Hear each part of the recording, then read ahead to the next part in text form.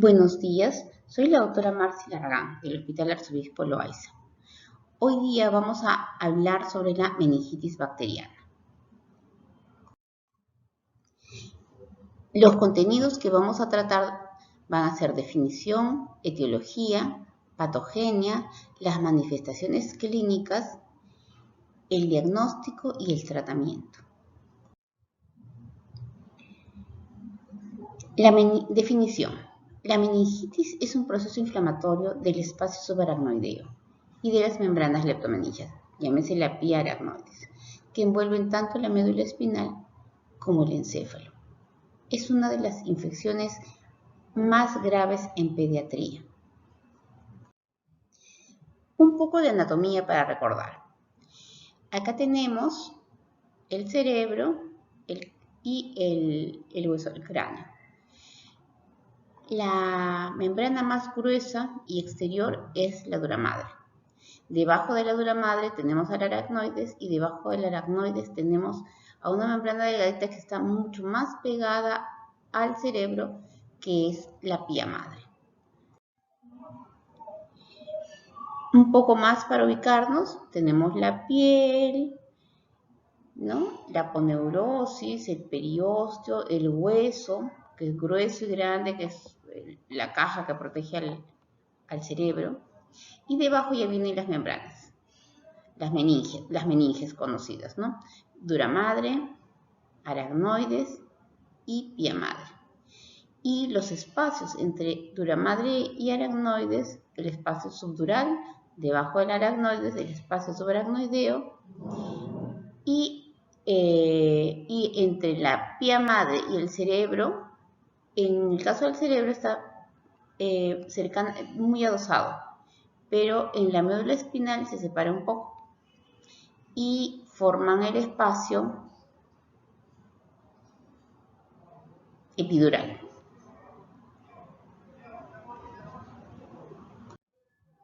En cuanto a la etiología, la sospecha etiológica va a depender de la edad, del estado inmunitario del niño y de la enfermedad de base si es que la hay.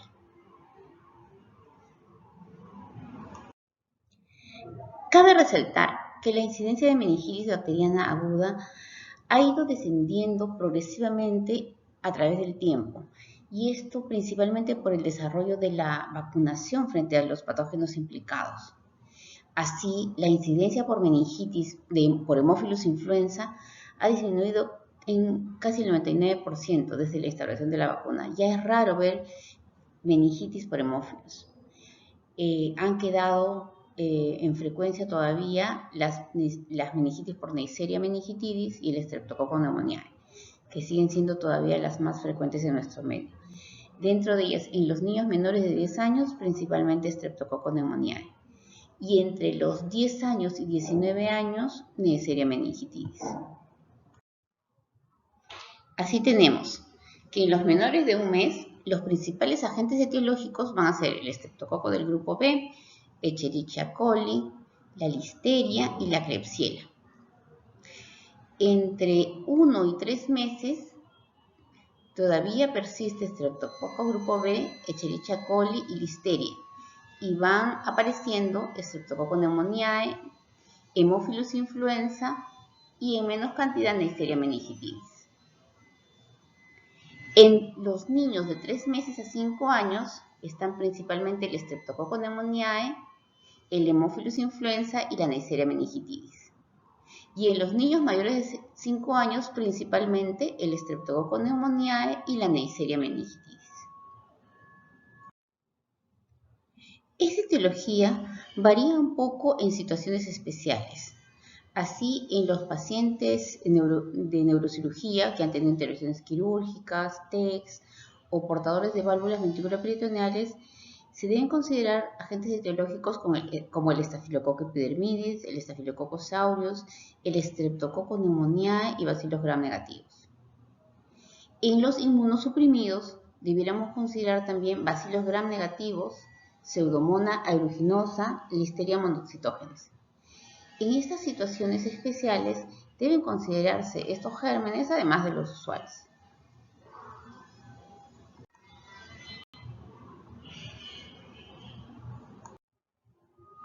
Patogenia.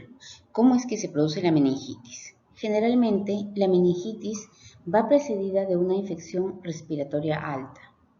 Estas bacterias colonizan la nasofaringe. La bacteria viaja a través de la membrana epitelial e ingresa al espacio intravascular adyacente. De allí, invade las meninges luego de cruzar los plexos coroideos o la microvasculatura cerebral. En la etapa neonatal, la colonización de la nasofaringe es rara. En estos casos, la infección meningia es principalmente por vía hematógena. Ahora, una vez que la bacteria ingresa al sistema nervioso central, desencadena una respuesta inflamatoria. Esta respuesta estimula la producción de citoquinas, tales como el factor de necrosis tisular, interleuquinas y otros mediadores inflamatorios, ¿no? Esta respuesta inflamatoria resulta en un aumento de la permeabilidad de la barrera hematoencefálica, lo cual favorece el edema cerebral, que es vasogénico, celular e intersticial, ¿no? Y también favorece el aumento de la presión intracraneana. Toda esta reacción puede desencadenar injuria del endotelio vascular, lo que da lugar a hipoxia e isquemia, causando finalmente una mayor lesión de las estructuras, de los vasos y del parénquima cerebral, ¿no?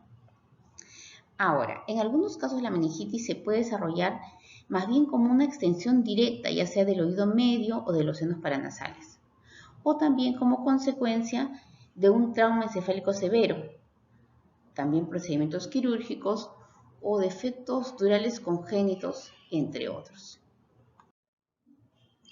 En cuanto a las manifestaciones clínicas, no existe ninguna manifestación patognomónica de meningitis. Este diagnóstico no puede hacerse solamente en base a los síntomas y signos físicos. Los hallazgos dependen principalmente de la edad del paciente y los signos y síntomas clásicos descritos para niños mayores y adultos raramente están presentes en recién nacidos y en lactantes menores. Así, en los neonatos tenemos principalmente manifestaciones inespecíficas como hipotermia, temperatura normal o fiebre, vómitos, irritabilidad, rechazo a la lactancia, una respiración irregular.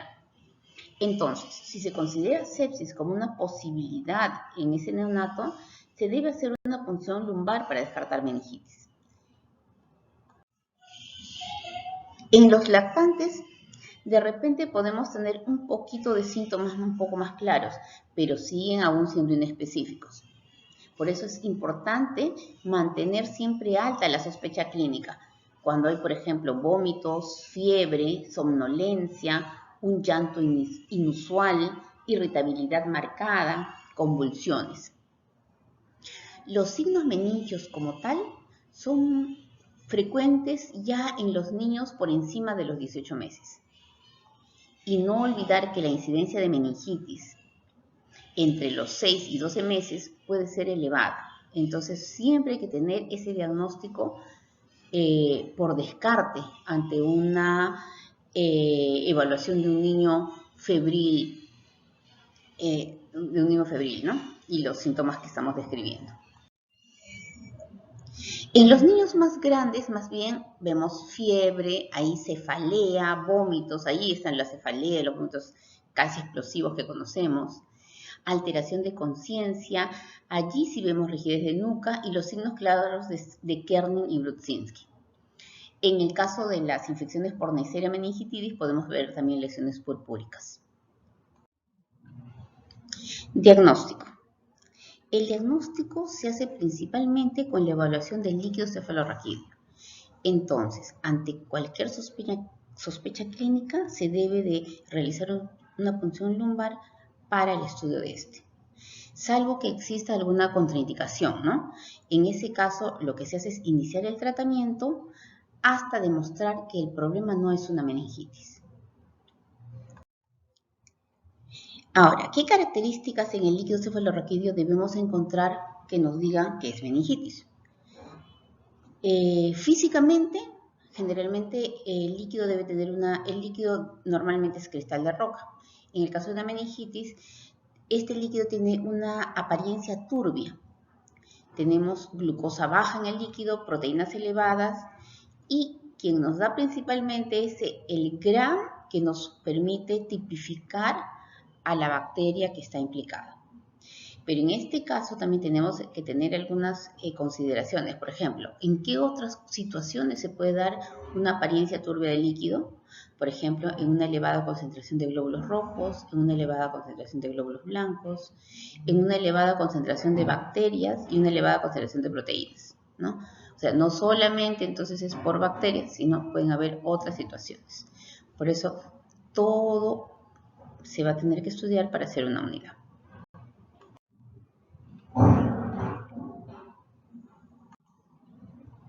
Estos son los valores que generalmente debemos tener en consideración en una punción lumbar.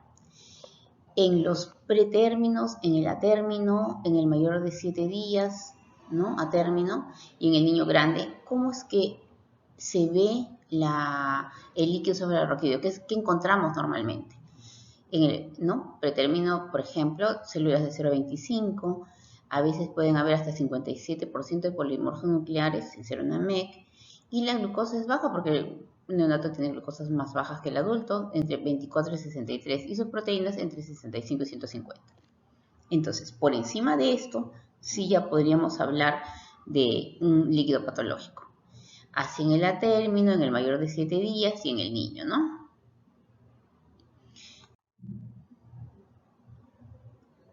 ¿Cuáles son las principales diferencias en el líquido cefalorraquídeo de una MEC bacteriana versus una viral? En las meningitis bacterianas, generalmente los leucocitos están por encima de 1000, entre 1000 y 10.000, mientras que en las meningitis virales casi siempre están entre 50 y 500. Y de estos leucocitos, en el caso de las MEC bacterianas son generalmente más del 70% los neutrófilos, mientras que en las virales son menos del 50%, y lo que hay generalmente acá son más bien linfocitos. Los hematíes en las MEC bacterianas puede haber unos cuantos, pero menos de 10, ¿no? La glucosa siempre está baja en las meningitis bacterianas, en las virales podría estar normal. Y las proteínas en las meningitis bacterianas están muy elevadas, generalmente más de 100 para el valor normal, ¿no? En cuanto a la glucosa en el líquido cefalorraquídeo, la concentración de glucosa generalmente menor de 40 miligramos por mililitro está en el casi 50-60% de las meningitis. Pero lo que nos da una mejor relación es el cociente entre la glucosa del líquido cefalorraquídeo y la glucosa sanguínea. En ese caso, en niños, una MEC bacteriana es sugestiva si esta relación es menor de 0,4 o igual, y en neonatos si es menos o igual a 0,6. Este hallazgo se ha visto que es 80% sensible y 98% específico. Eso significa que si no es, definitivamente, si la glucosa no está baja, es casi seguro que no es una meningitis. Ahora, ¿en qué condiciones debemos posponer una punción lumbar? Si hay, por ejemplo, una hipertensión endocraniana, si hay inestabilidad hemodinámica, si hay infección de piel o tejido celular subcutáneo en el lugar de la punción lumbar, y si hay plaquetopenia. Si hay plaquetopenia menor de 50.000, puede haber un riesgo de sangrado y siempre se debe posponer, ¿no? ¿Y cuándo indicamos una tomografía antes que una punción lumbar a pesar de que sospechemos meningitis? Si, por ejemplo, tenemos signos de herniación cerebral o hay papiledema, ¿no? Que nos está hablando de una hipertensión endocraniana. Si hay una historia de enfermedad del sistema nervioso central, como una lesión de masa, un tumor, o hay un evento vascular cerebral, o hay una infección focal, ¿no? Y en los inmunosuprimidos, como que, por ejemplo, los pacientes que tienen VIH, que reciben terapia inmunosupresora o que han sido beneficiados de algún trasplante últimamente. ¿Y cuándo indicamos una tomografía? Luego, más bien del diagnóstico. Cuando luego hay déficit neurológico focal, cuando luego del tratamiento encontramos aumento del perímetro cefálico, cuando hay irritabilidad prolongada, cuando el déficit sensorio es prolongado y no se recupera todavía el paciente, cuando quedan convulsiones focales, porque las convulsiones generalmente deben de ceder luego del tercer a cuarto día de tratamiento. Entonces, si siguen durando más de 3 o 4 días, también se debe hacer una tomografía de control. Esta tomografía es principalmente para identificar las complicaciones intracraneales de la meningitis, como por ejemplo empiema subdural, una trombosis cerebral, hidrocefalia, abscesos intracraneales. Ahora, ¿cómo tipificamos las bacterias en el Gram? Por ejemplo, si hay un Streptococcus pneumoniae, en el Gram vamos a encontrar diplococos Gram positivos. Si hay una Neisseria meningitidis, encontraremos diplococos Gram negativos. Si tenemos un Haemophilus influenza, el Gram será Coccobacillus Gram negativos. Si es una Listeria monocitógenes, tendremos Bacillus Gram positivos. Si es una Escherichia coli, son Bacillus Gram negativos. Y si es un Streptococcus galacti, también son cocos en cadenas Gram positivos. Yeah. Otras formas de identificar los gérmenes son, por ejemplo, las aglutinaciones en látex, o sea, además de un cultivo, ¿no?, que se envía, también se puede pedir aglutinaciones en látex de líquido cefalorraquídeo. Estas aglutinaciones se hacen principalmente para hemófilos, neumococo, entre otras, ¿no? La sensibilidad del látex para identificar una MEC depende mucho del agente etiológico. Algunas son más evidentes que otras. No es una prueba de rutina y se debe solicitar solo en caso de que el paciente ya haya recibido previamente antibióticos o el cultivo y la tinción estén negativos y todavía no estemos identificando el germen. El PCR, la proteína cadena polimerasa, ¿no? También ha sido utilizada para amplificar DNAs de los pacientes con meningitis por gérmenes comunes como Streptococcus pneumoniae, Haemophilus influenza, Neisseria meningitidis, la listeria, ¿no? El PCR para estos gérmenes es súper útil cuando no tenemos el diagnóstico y tiene una sensibilidad buenísima, una sensibilidad de 91 a 100% y una especificidad del 96 al 98%, con un valor predictivo positivo de 98% y un valor predictivo negativo de 100%. Sin embargo, no es una técnica de fácil disponibilidad ni accesibilidad porque es costosa y requiere de un buen laboratorio con personal calificado, que no siempre tenemos a la mano dentro del hospital, pero es bueno que lo conozcan. Ahora, ¿cuáles son buenos predictores para un diagnóstico de MEC bacteriano? O sea, ¿qué hallazgos nos dicen sí o sí esto es una MEC? Por sí solos, glucosa menor de 34, leucocitos mayor de 2000, proteínas mayor de 220, una relación de glucosa en el líquido cefalorraquídeo versus la del plasma de menos 0.23 y los neutrófilos de esos leucocitos en mayor de 1180. Estos son buenos predictores de diagnóstico de MEC bacteriana. O sea, el hallazgo de estos nos dicen, sí, esto es una MEC. ¿Cuándo indicamos una punción lumbar de control? En general no es necesario, ¿no? Si es que el paciente transcurre con una buena respuesta al tratamiento, esto evolucionó favorablemente, no se suele hacer. Solamente se recomienda en situaciones como pacientes sin respuesta clínica al tratamiento después de 24 a 36 horas de tratamiento, pacientes con fiebre prolongada o recurrente, meningitis por bacilos entéricos gram negativos y por Streptococcus pneumoniae que no son sensibles o que tienen sensibilidad intermedia. Y en neonatos a las 24 a 36 horas de tratamiento que se haya iniciado el tratamiento. ¿Cuál es el tratamiento de las meningitis? Cabe resaltar acá que el tratamiento oportuno y adecuado es crucial para el manejo de las meningitis, ¿no? Se debe, de un buen tratamiento vamos a tener una evolución lo más favorable posible. Tengamos en cuenta que estamos tratando una infección severa del sistema nervioso, que es el que comanda prácticamente todas las funciones superiores y vegetativas del del cuerpo. Dentro del tratamiento, lo primero que tenemos que hacer es monitorización de constantes, ¿no? Monitorización estricta de las funciones vitales, la diuresis, el nivel de conciencia, signos de focalización. Monitorización del medio interno.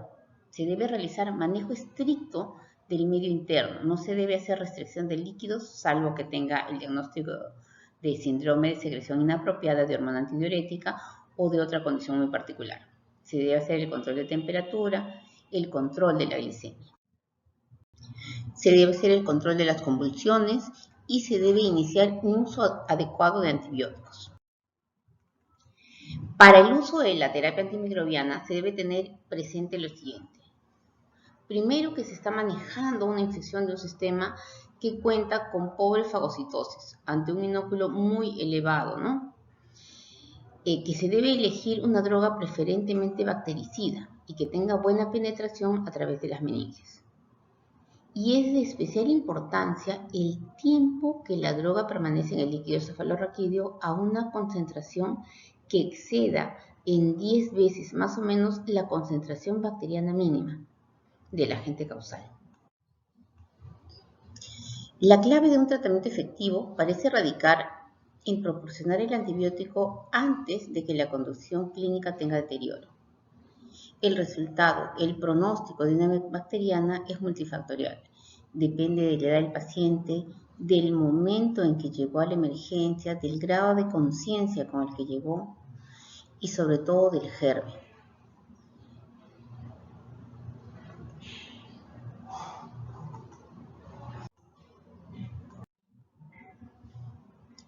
El tratamiento antibiótico que se elige debe ser de acuerdo al germen, ¿no? En menores de un mes, los gérmenes más frecuentes son Streptococcus grupo B, Escherichia coli, Listeria y Klebsiella. Entonces, el antibiótico empírico que se usa es generalmente ampicilina más un aminoglicósido como gentamicina o amicacina, o ampicilina más cefotaxima o ceftriaxona. De un mes a 3 meses, los gérmenes frecuentes hemos dicho que son Streptococcus grupo B, E. coli, Listeria, Streptococcus pneumoniae, Neisseria meningitidis y Haemophilus influenza. Entonces el antibiótico empírico generalmente va a ser ampicilina más cefotaxima o ceftriaxona. En los mayores de 3 meses, los más frecuentes son Streptococcus pneumoniae, Neisseria meningitidis y Haemophilus influenza. Entonces el antibiótico de elección es cefotaxima o ceftriaxona, que cubre todos estos gérmenes.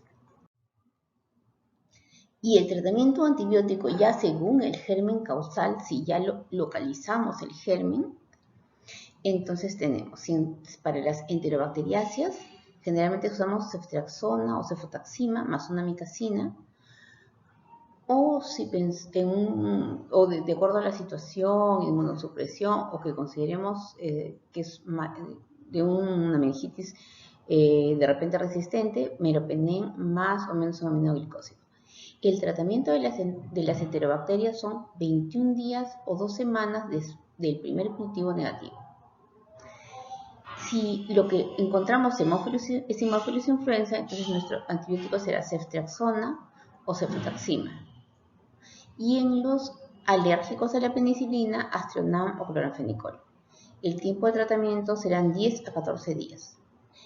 Si es el Haemophilus del tipo B, 7 a 10 días. Si encontramos Listeria monocitógenos, será ampicilina más gentamicina o en los alérgicos vancomicina más gentamicina o trimethoprim sulfamethoxazol. El tiempo de duración del tratamiento serán 14 días y 21 días en los inmunosuprimidos. Si lo que tenemos es Neisseria meningitidis, el tratamiento es ceftriaxona o cefotaxima, ¿no? Si comenzamos con eso lo continuamos, o penicilina G. Y en los alérgicos a la penicilina, Aztreonam o cloranfenicol. El tratamiento son 7 días. Si lo que localizamos es un estreptococo de grupo B, la elección es penicilina G o ampicilina más gentamicina, 14 a 21 días. Y si lo que encontramos es un Staphylococcus aureus, si es un meticilino sensible, oxacilina más rifampicina. Si es un meticilino resistente, vancomicina más rifampicina. El tratamiento de un estafilococo es de 3 a 6 semanas. Si lo que encontramos más bien es un Streptococcus pneumoniae, va a depender un poco de la concentración inhibitoria mínima de las cefalosporinas, ¿no? Si es menos de 0.5, se escoge ceftriaxona o cefotaxima. Si es de 1 a 2 microgramos, de 1 a 2, cefotaxima o ceftriaxona más una vancomicina o linezolid. Si la concentración inhibitoria mínima es mayor de 2, entonces la elección es cefotaxima o ceftriaxona, pero más vancomicina y más rifampicina. O ceftarolina, meropenem, más vancomicina y linezolid. Y en los alérgicos a la penicilina, vancomicina más rifampicina. El tratamiento de 10 a 14 días. Y si lo que encontramos es un Staphylococcus epidermidis, la elección es vancomicina más rifampicina o linezolid. 3 a 6 semanas. Complicaciones. Las principales complicaciones neurológicas que pueden ocurrir son, primero, edema cerebral. Este suele ocurrir dentro de las primeras 24 a 48 horas, siendo más frecuente por el neumococo, ¿no? Y también la secreción inapropiada de hormona antidiurética. Vasculares. Dentro de las complicaciones vasculares, el infarto cerebral, que es por tromboflebitis, arteritis, ventriculitis o trombosis del seno cavernoso. Pueden quedar también empidemas subdurales, que suelen causar fiebre y focalización. Convulsiones. Esas convulsiones son más frecuentemente generalizadas al inicio del cuadro, parciales después de las 72 horas, y si son aún más prolongadas pueden sugerir una complicación cerebrovascular. Estas se asocian generalmente a secuelas neurológicas. Hidrocefalia, también pérdida de audición, que puede ser parcial o definitiva. Parálisis de los nervios craneales. Dentro de estas parálisis de nervios craneales está principalmente la del sexto par. Y discapacidad intelectual y problemas del comportamiento.